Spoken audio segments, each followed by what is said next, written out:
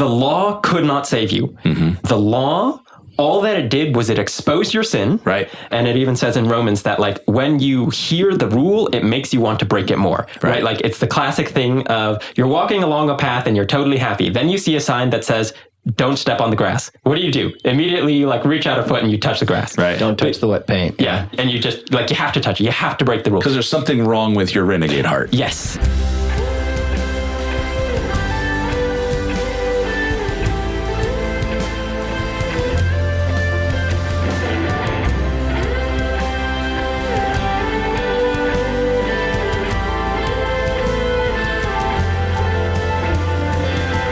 Ladies and gentlemen, welcome back to the It Stands Written podcast. My name is Braden. I'm with Justin, Elijah, and Ernest. We are having expository conversations about the Bible. Today we continue in our series on covenantal theology and dispensationalism. Last time looking at the Abrahamic covenant. Today we're looking at the Mosaic Covenant. If you have a Bible next to you, open up to the book of Exodus. If you don't have a Bible next to you, please go and grab one, unless you are driving, obviously. But we're going to be in Exodus talking about the Mosaic Covenant. Let's get into that. Yeah, the Mosaic Covenant, as it's often been called, or the Old Covenant is the other name for it, is the covenant that God made with the nation of Israel when he brought them out of the land of Egypt and prepared them for the promised land. Specifically, he brought them to Mount Sinai. Sometimes this is called the Sinai Covenant, where he gave them the law. This is the law that would govern how they would function as his covenant people. So this is different than the Abrahamic covenant. So what you need to have in your mind is that the Abrahamic covenant is in effect. The promise of blessing, the actually experience of blessing is unfolding before their eyes. God remembered his covenant, so he rescued Israel from the tyranny of Egypt and has brought them now out into the land. Now, this, however, is different than the other covenants. This is not a one direction covenant. This is a bi-direction. So this is the contract of mutual agreement. I have my end, you have your end. Bilateral, we call it. You do your part, and then we'll be great. I'm going to do my part.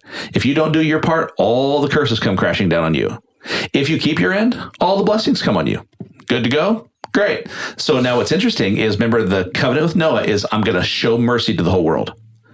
The covenant with Abraham is, while that mercy is in effect, I'm going to bring righteousness to you by faith and innumerable blessings in a distinct people. The covenant with Moses is, but you don't see your sin, do you? Mm-hmm. You don't see your need for that salvation because you think that you're amazing. I'm going to show you my righteous standard and where you measure up. Yeah, in Galatians 3:24, it says, therefore the law, and if you read the context, he's talking about the law of Moses, was our tutor to bring us to Christ that we might be justified by faith. Mm-hmm. But after faith has come, we are no longer under a tutor. And what he's saying there, and you see this much more in Romans chapter 7 and 8, where he really brings this out, that Paul talks about like, the law could not save you. Mm-hmm. The law, all that it did was it exposed your sin. Right. And it even says in Romans that like when you hear the rule, it makes you want to break it more. Right. Like it's the classic thing of you're walking along a path and you're totally happy. Then you see a sign that says, don't step on the grass. What do? Immediately you like reach out a foot and you touch the grass. Right. Don't touch the wet paint. Yeah. And you just like, you have to touch it. You have to break the rules. Because there's something wrong with your renegade heart. Yes. Mm-hmm. And so in Romans, what Paul talks about is that the law was given to show you that, hey, you have a sin problem with your heart. Right. And it was, as you said, a bilateral covenant. Unlike the other ones we've been talking about, this one said, if you do not fulfill it, you will get not blessings, but you will get judgment. Mm-hmm. Well, this is the mistake of the nation of Israel. They believed that if they kept this law perfectly, that they would go and enjoy all the blessings, believing that they were actually capable of it. Yeah. And to your point, the law is like an X-ray machine. Or it's like a test, or the test is going to reveal how smart you are. The X-ray is going to reveal how sound your bones and organs are. It doesn't actually produce. In fact, Paul said in Galatians, if there had been a righteousness that could, or if there had been a law that was able to produce a righteousness, then righteousness would have been based on the law. But the law was meant to show us our sin. The law was added because of transgressions. The law was there to reveal there's something really renegade and dark and broken in us. So here we are. We're in Exodus 19.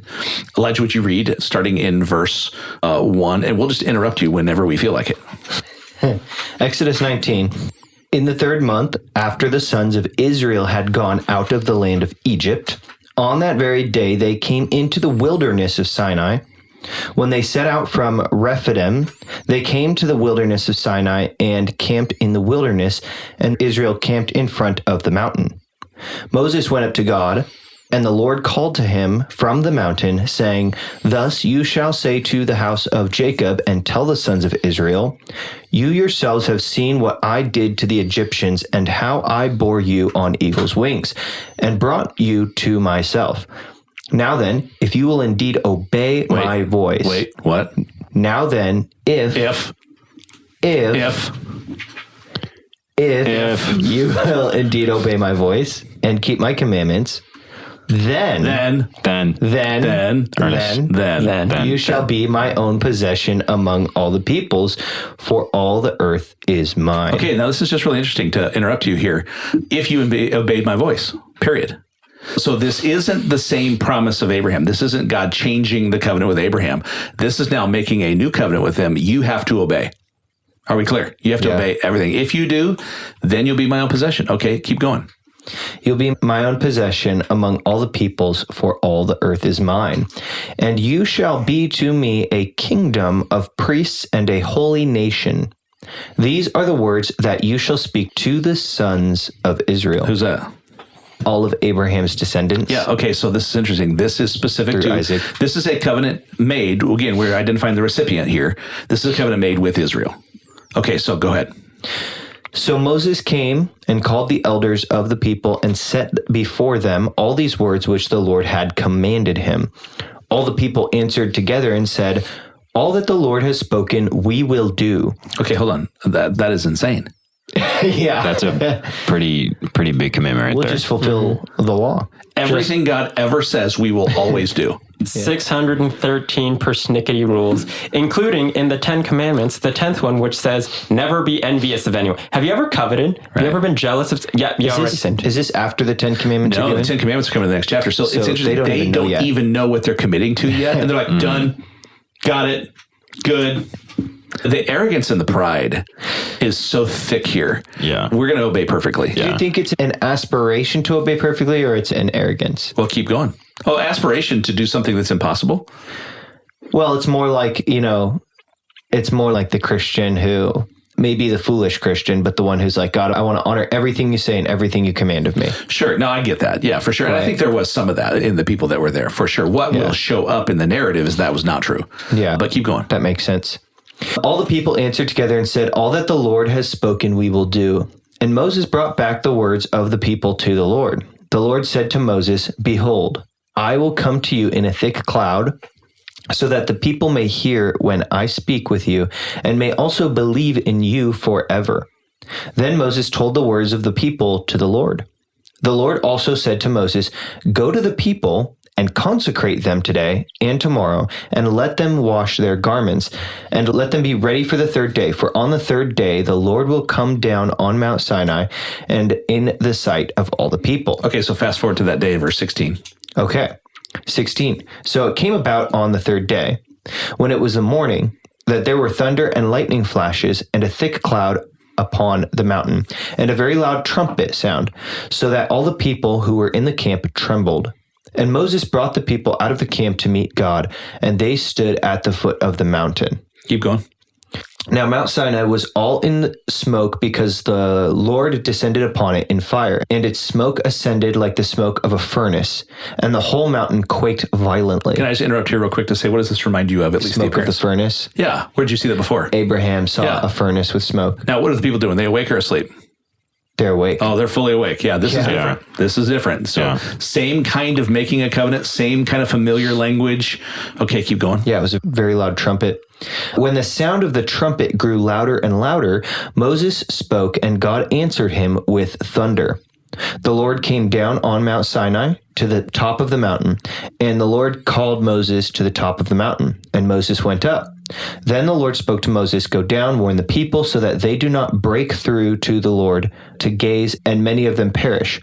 Also let the priests who come near to the Lord consecrate themselves, or else the Lord will break out against them. Okay, can I just interrupt to go?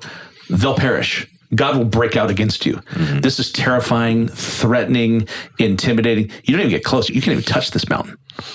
Like you don't even think of stepping in and seeing God's glory. Yeah, and that goes to show that even though the law hasn't been given, he hasn't given them the 10 commandments, that they're still sinful, fallen human beings. Right. And going back to Elijah, what you were asking with when they say all that the Lord has spoken, we will do. I think there might be like maybe some arrogance to that because they're saying that with a mind of, oh, we've already done what the Lord has asked. Like we've already obeyed, we've already done everything that, he is wanting of us, and whatever he's going to give us next, well, that's easy. So I think they're going in it with a mind of, I'm not already sinful. Yeah. So he's going to give them the standard. Why don't we fast forward here to chapter 20? Because here is going to be the table of contents. Some call this the preamble of the law, where here is the actual 10 commandments themselves just uttered. And by the way, everything else this is really helpful interpretively as you read the Pentateuch. Every one of the laws that God gives is going to be a further expansion on the exact way in which these 10 commandments are to be fulfilled. So these 10 commandments themselves are only the initial starting point for all the specific ways that God's going to detail how holy he is and how holy they must be in their obedience to all of it. Go ahead. Chapter 20. And you said this verbally, God is saying this to Israel, correct? He's not just saying it to Moses to write down. Or he's not inscribing it on the stones. The stones are coming later. Right. Yeah. Okay. Then God spoke all these words, saying, I am the Lord your God, who brought you out of the land of Egypt, out of the house of slavery. You shall have no other gods before me. You shall not make for yourself an idol or any likeness of what is in heaven, above, or on earth, beneath, or in the water under the earth. You shall not worship them or serve them. For I, the Lord your God, am a jealous God, visiting the iniquity of the fathers on their children, on the third and fourth generations of those who hate me, but showing loving kindness to thousands, to those who love me and keep my commandments. You shall not take the name of the Lord your God in vain, for the Lord will not leave him unpunished who takes his name in vain. Remember the Sabbath day to keep it holy. 6 days you shall labor and do all your work, but the seventh day is a Sabbath of the Lord your God. In it you shall not do any work, you or your sons, or your son or daughter, or your male or female servant, or the cattle, or your sojourner who stays with you. For in 6 days the Lord made the heavens and the earth, the sea, and all that is in them, and rested on the seventh day. Therefore the Lord blessed the Sabbath day, and made it holy. Honor your father and mother, that your days may be prolonged in the land which the Lord your God gives you. You shall not murder. You shall not commit adultery. You shall not steal. You shall not bear false witness against your neighbor. You shall not covet your neighbor's house. You shall not covet your neighbor's wife, or his male servant, or his female servant, or his ox, or his donkey, or anything that belongs to your neighbor. All the people perceived the thunder, and the lightning flashes, and the sound of the trumpet, and the mountain smoking. And when the people saw it, they trembled and stood at a distance. Then they said to Moses, Speak to us yourself, and we will listen. But let not God speak to us, or we will die. Moses. Okay, stop there. They are fully aware that they are in the presence of the holy God. And that holy God has just thrown down 10 principles of holiness by which they are going to be held accountable to him. And just the thought of God speaking to them directly. So they want Moses to mediate that conversation. You go to God, God goes to us through you, we're going to die. So that they feel already the sinfulness just at the giving of the law. Yeah. Which is meant to strike holy terror in them. Okay, keep going. Then they said to Moses, Speak to yourself, we will listen. Let God not speak to us, or we will die. Moses said to the people, Do not be afraid, for God has come in order to test you, and in order that the fear of him may remain with you, so that you may not sin. There it is. See that? This is what we're after. God is coming to test you, to reveal where you are, and ultimately to call you away from sin. Yeah. So Moses understood what the law was so clearly. Oh, yeah. Because absolutely. Jesus had to teach this to the Pharisees as if they were like, huh? Right. And Moses says here, no, don't be afraid that God's here to test you in order that you'd fear him and remain with him, that you may not sin. Right. He's clear on this is a mirror. This is a reflection of God's holiness and our sin. Yeah, you're coming under the authority of God. God is exposing your sin right now. And so then you go, okay, well, are we clear? Like these are the stipulations and the terms. Are we crystal clear on what this is going to be? Oh yeah, totally. Absolutely. Okay, so go fast forward now to chapter 24, the actual making of the covenant. This is wild. This is where God's like, I laid it all out. You're good to go. I'll read here. Look at verse 4. It says in Exodus 24, Moses wrote down all the words of the Lord. And then he rose early in the morning and built an altar at the foot of the mountain with the 12 pillars for the 12 tribes of Israel. He sent young men of the sons of Israel, and they offered burnt offerings and sacrificed young bulls as peace offerings to the Lord. Now watch this. This is key. Moses took half the blood. Remember the halvesies, the covenant carving out? Yeah. Half the blood and put it in basins, and the other half he sprinkled on the altar. What's this? It also looks like the Abrahamic or the symbol of the forming a covenant with someone where you split the animal in half. That's exactly right. And then he took, this is key, verse 7, the book of the covenant and read it in the hearing of the people. And they said, all that the Lord has spoken, we will do, and we will be obedient. So Moses, look at this, took the blood and sprinkled it what? On the people. Wow. So this is like a splattering of the blood of the sacrifice on you. May this, your blood, the blood of this covenant's on you. You know? So this belongs to us. We're fully responsible. Yeah, so when it talks about the cutting of the covenant, this is the people of Israel walking through the split in half animal. Yes. And being like, we will uphold everything here. And if we don't, may we be cut in half like the blood here sprinkled and dumped out of this now dead animal. Interesting. That's right. So they're signing the contract. That's right. They're saying, we agree to take on the full punishment of the law and the full wrath of God for all the sins that we commit. The full punishment and the full blessing and the full obedience. But don't worry, we're going to do it. We're going to obey everything God said. Yeah, of course. Especially after he already listed out, these are all the terms and conditions. You guys agree? And they're like, let's take it. Done. It's interesting when we put it that way, though, because it points us back to Christ. And he said, I accept all the terms and conditions. I take the blood. I accept all of the wrath and all of the consequences for the law. That's right. Well, so now it's on you, and blood's on your head right now. And just imagine the visual on this. Take a bucket of animal blood and spray it on all the people standing by. Yum. You guys don't do that already? No, we don't do that. Oh, okay. Just me. But like it's like that 70s movie Carrie. You're just covered in blood. The picture here is very, very graphic. Sorry, I just aged myself. We all looked at each other. All the other parts were like 70s movie? Is that film in black and white? Yeah, like 70s. Was color invented back then? Yeah, I actually met Moses. I was here on this day. Yeah. But listen to this. So Moses, he took the blood, he sprinkled it on the people and said, behold, the blood of the covenant which the Lord has made with you in accordance with these words. And then listen to this. Moses went up with Aaron, Nadab, and Abihu, and the 70 elders of Israel, and they saw the God of Israel. And under his feet there appeared to be a pavement of sapphire as clear as the sky itself. Yet he did not stretch out his hand against the nobles of the sons of Israel. And they saw God, and they ate and drank. So here now, at this moment, we have an agreement. Both sides have firmed their end. There's God in heaven. Do you see the contrast? There's a God in heaven with the same description, by the way, that you see described in the book of Revelation. God in heaven at rest in the fullness of his glory, and men on earth drenched in blood. Freeze that picture in your mind. Because these sinful people who actually believe they're capable of perfection are wearing the blood of an animal, realizing that they are culpable of their own blood for breaking the law of God. Now, what's the sign of the covenant? What's the proof? Ernest, would you read Exodus 31? This is going to be 12 through about 17. This is one of the clearest and most direct statements about like what is the symbol of the Mosaic Covenant.